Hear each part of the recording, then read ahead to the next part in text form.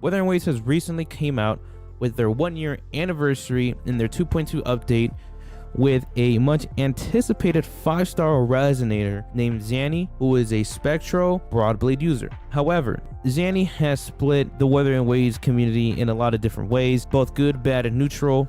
However, this video is mainly a pros and cons about the team that I have, with an S3 Zani with her signature weapon, a S2 Phoebe with her signature weapon, and an S2 Verena. Let's not waste any more time and jump straight into the pros. First, her enhanced resonance skill. It is a very good swap canceling feature where once you use it, you can instantly swap out to another character while Zani continues to do her animation and do damage, similar to other units like Chang-Li. Her playstyle is simple and can also be broken down with YouTube tutorials by Rexlin. He has a whole tutorial breaking down Zani's gameplay. Zani's sequence nodes are very rewarding, especially S2. Her S1 makes it so that her resonance skill is uninterrupted. S2 gives her a 20% increase in crit rate. Because S2 gives a 20% increase in crit rate, you can now build Zani to 300 plus crit damage and 50% or more crit rate, so which is a huge bonus once getting her S2. On top of that, once you have Spectral Frazzle, her enhanced resonance skill, it gives you an extra 20% crit rate. S3 gives off a resonance liberation bonus. The amount of blaze consumed makes your multiplier go from 8% to 1000 and 200%. S4 is use your intro skill to increase the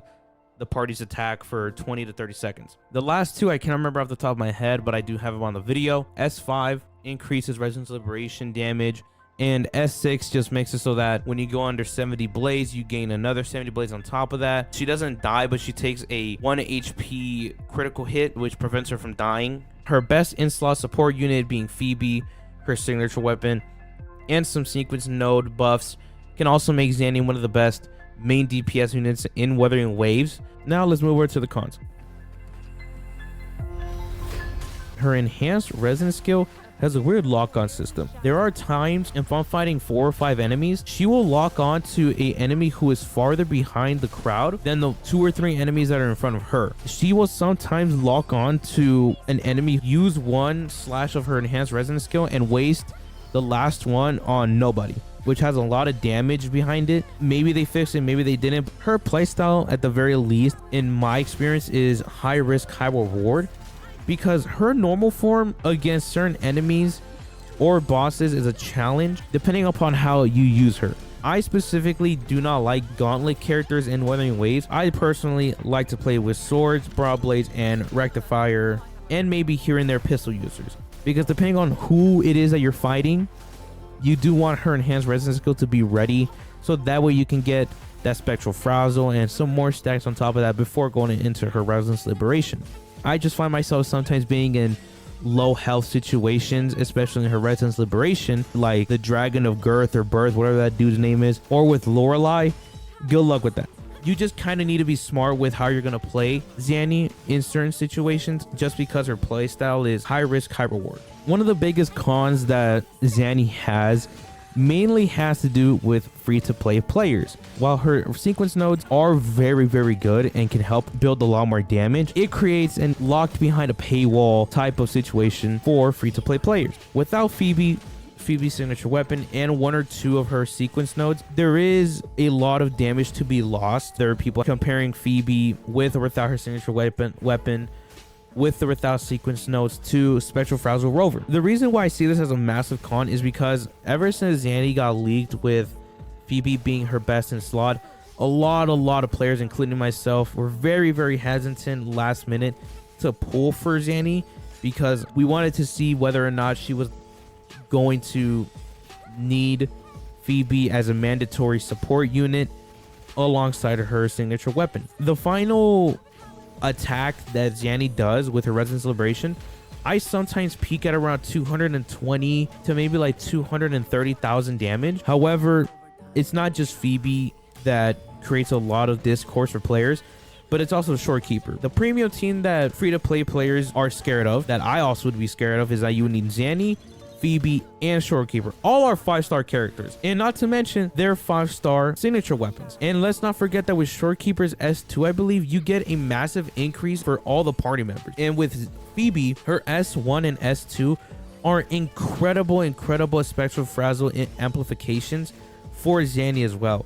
If I remember correctly, if you don't have Phoebe at all, let's just say including S1 and S2, you could be losing out on anywhere from 100 to maybe 300 to 400% spectral frazzle amplification for Zani, who is very reliant on spectral frazzle. And as I said, that creates a lot of discourse for free-to-play players because they don't want to spend money looking forward to a future character who isn't as paywalled as Zani is. Overall, Zani is a very good and a very rewarding main DPS if and only if you have the money to invest into her. And with enough luck on your side, you can even have her paired with Phoebe, Shorekeeper, and or Verena, considering if you lose the 50-50. And all of that is just best case scenario. Because this would be the best case scenario, new players or free-to-play players who were looking forward to just getting Zani with her weapon may skip out on her. And although Zani can be built in a free-to-play form, it is unfortunate that her damage potential seems to be locked behind another 5-star in Phoebe and her signature weapon, who has much better buffs and better sequence node chain for Zani.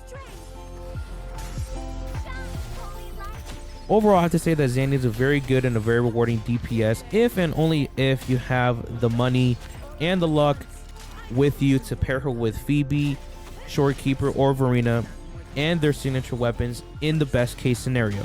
If you also have some extra money to burn, you can also get Zani, Phoebe, or Shorekeeper's sequence notes to buff Zani even more. That also will drive free-to-play players away from Zani and that team, just because they don't want to spend any money or a little bit more money that they've already invested into Wuthering Waves than they already have. But does this mean that you should pull for Zani and roll the dice? No.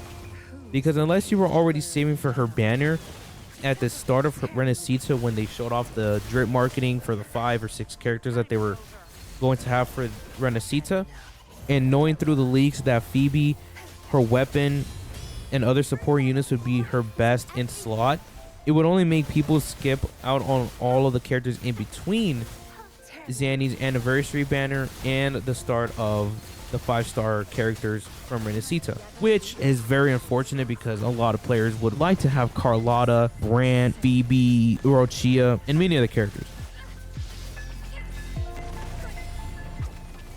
So does this mean that you should pull for Zani now or in a rerun? That is up for you to decide. If you're a free-to-play player or a returning or new player who just wanted to get Zani just because she looked cool, she has a big ass sword that just swings it around, it creates a lot of frustration to those players when seeing that a lot of people are doom posting the same way they did for Chang Li, for Brant, for Rochia, for a lot of other 5-star characters, saying that if you don't have X, Y, and Z, this character is going to be complete booty cheeks.